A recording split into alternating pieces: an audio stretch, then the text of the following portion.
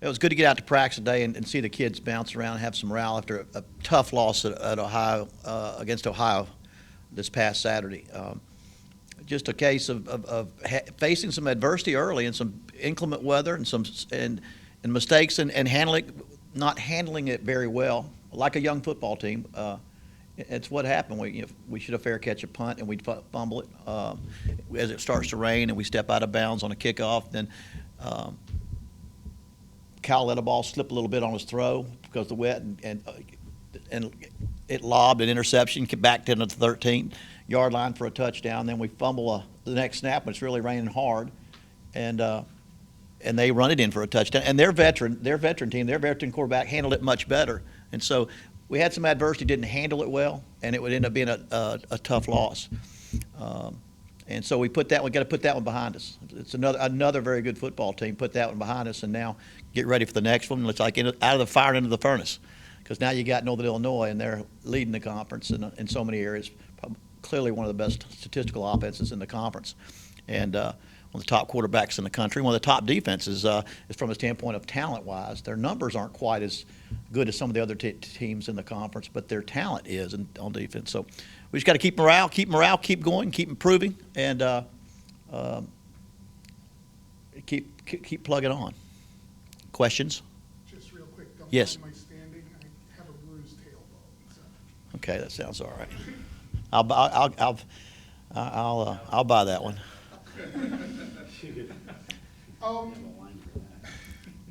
It's probably hard to qualify or quantify this. Right. You look at NIU, obviously they're one of the best teams in the conference, but where do they rank with some of the better programs in the country, BCS conference programs? Well, they're 2-0 against the Big Ten. I mean, they beat Purdue, put 55 on Purdue. They beat Iowa.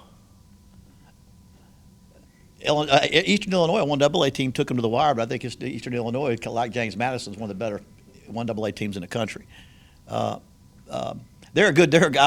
People, if you want, it's like comparing the MAC conference to the old Big East or any other. This MAC conference compares, and they're right now, as of the last few years, the elite of our conference have been, and our conference matches up with, all but the top, probably top to bottom, everybody but the top four, the big four, or whatever, the big 4 or 5. But yeah, they match with their top 25 team. But so is Michigan. We have lined up with, so is Michigan, so is Central Florida on our schedule too. I think we've lined up with some very good football teams, and Northern Illinois will be another one. But whether I don't need to say they're better than Michigan, or they're plenty good. That's all you know. And our kids have played good people, and what we got to do is get our morale, get our game plan, and play hard, and anything can happen. Quarterback, they got runners. It's Stingley now, who rushed for 266 yards last week. But their quarterback his ability to, whatever they have to. It's funny. It's not funny at all. Last year, it's not funny. Last year, as I watched, they would kind of slow start several games. But when they had to have a touchdown, they drove down and get one. Because if they say they want to get a first down, he'll decide whether to throw it or run it. And they'll just take 3 downs to get 10. He'll keep a drive going, and they won't. And they'll catch up. And the same happened this year. Every time they have a slow start or something happens early, they go right. You'll see a team score. All of a sudden, they score the very next series. Or somebody scores, they score the next series. But the quarterback has the ability, because every play he has the ability to run or throw, and that's run with a blocking scheme, not run as a scrambler. And he's so good at it. For picking up 8 yards or picking up 6 yards or picking whatever yard is needed with their blocking. So I think that's the key. And then now you take a tailback that runs well. They average 42 points a game, but like I said, they put some numbers on a team like Purdue. But he's a very talented quarterback in a Tim Tebow kind of way. That's I think that's how you relate him, because Tim Tebow at Florida, I should say.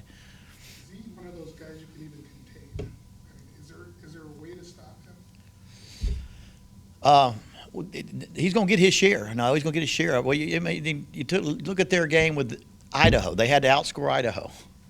And they had to outscore Eastern Illinois. So somewhere along the line, you've got to match them on the other side of the ball to some extent, from what I've seen so far. and accept and don't get yourself down if he's getting some they're getting yardage and points. You've got to try to match them on the other side of the ball. And the teams that have played them well, even Kent play. They kicked a field goal to go up, I think, in the early third. They got a touchdown midway early third. Yeah, a touchdown wasn't until about 3. Went up by 3. Yeah, and then and and Illinois went right back down and got ahead again. But that's what they've done to everybody. But I think you got to do the best you can of holding them down, and then you've got to be able to score with them. Have you identified or what? I mean, obviously you've been moving the ball pretty well most of the year, and then you get 152 yards. I think it's a poor inability to handle the weather, and then I think frustration set in with our football team. It was in the second half. We had four unsportsmanlike penalties, and I want to explain because we've been one of the best. We've had the best year probably in my career of getting penalties down coming into this game. But what happens when you have a frustration penalty?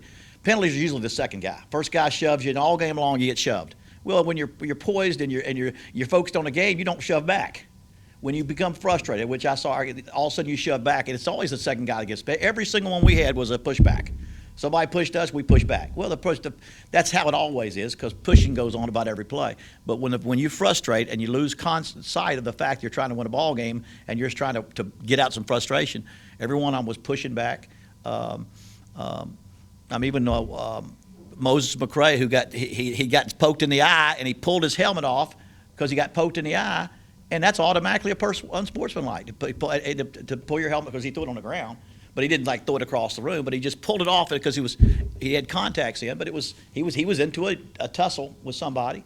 But that's the frustration in the second half. So, but you talk about the output. I think it was our young. We didn't handle the weather very well, and then they're a pretty good team, football team. And we didn't handle it very well, and.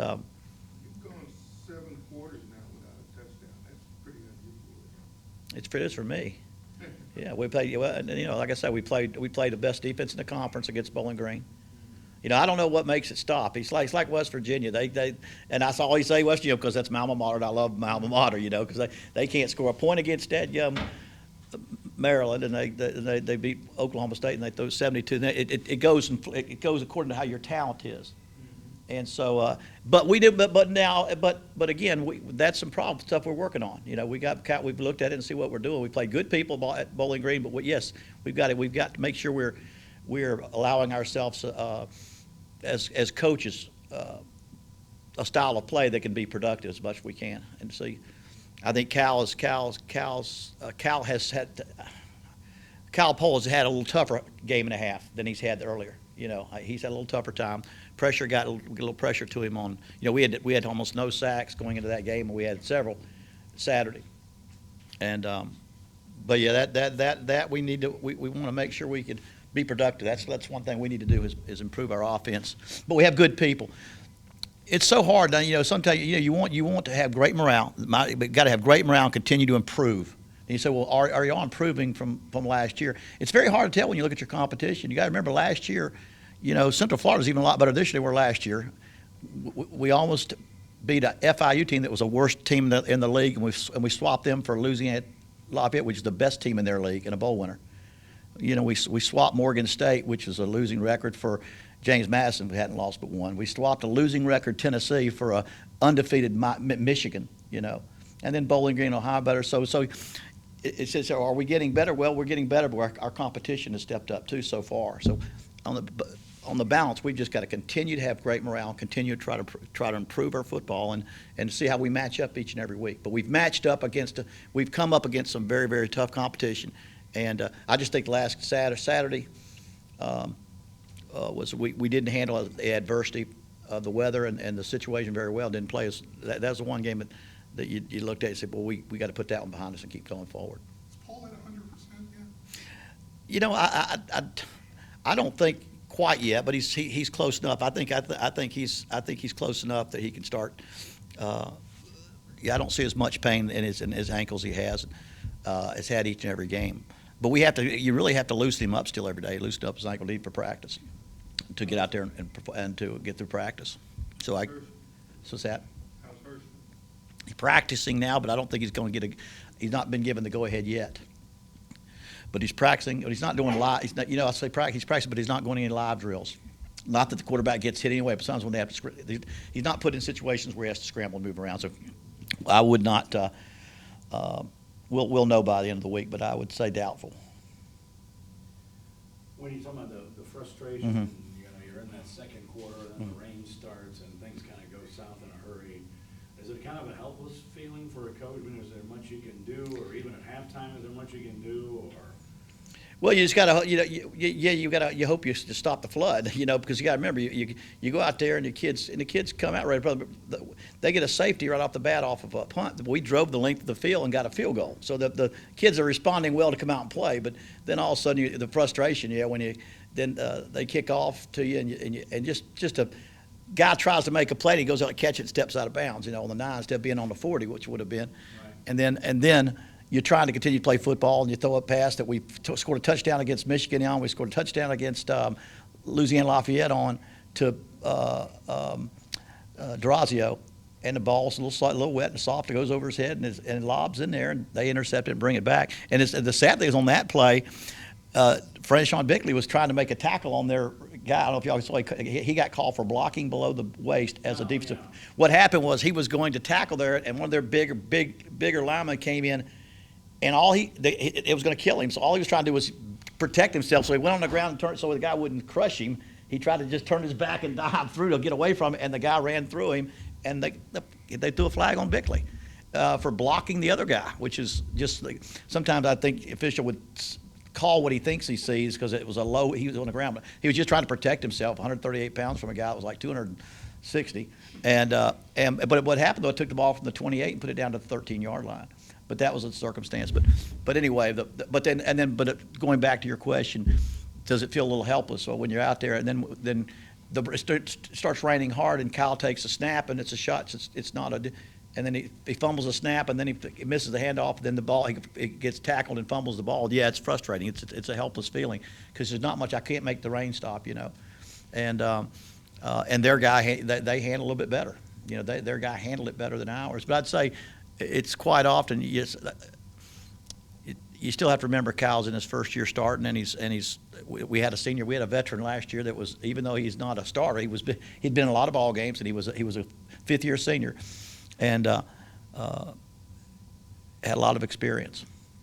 You get through this week, Mm-hmm. you talk about how tough your schedule is. You get through this week, that kind of opens up a little bit. Towards the end. Toledo. Well, no. I mean, every week, every opponent's different. Every opponent, you're right. Every opponent's different, and Statistically, yeah.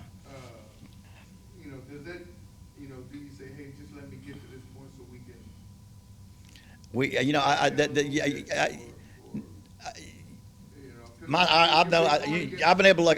I've looked at my schedule all year, and I've known what it is, and I've known how difficult it is, and you've got to mentally prepare yourself to that this is the one you're going to get because and just keep going because you never know. It's like Michigan, you were still one play away from having one of the greatest upsets around. And that would have been one you circled as the least possible chance to get a win on your schedule, probably, if you start doing that. And so, what a great opportunity this is to play a fine football team like Northern Illinois. And, I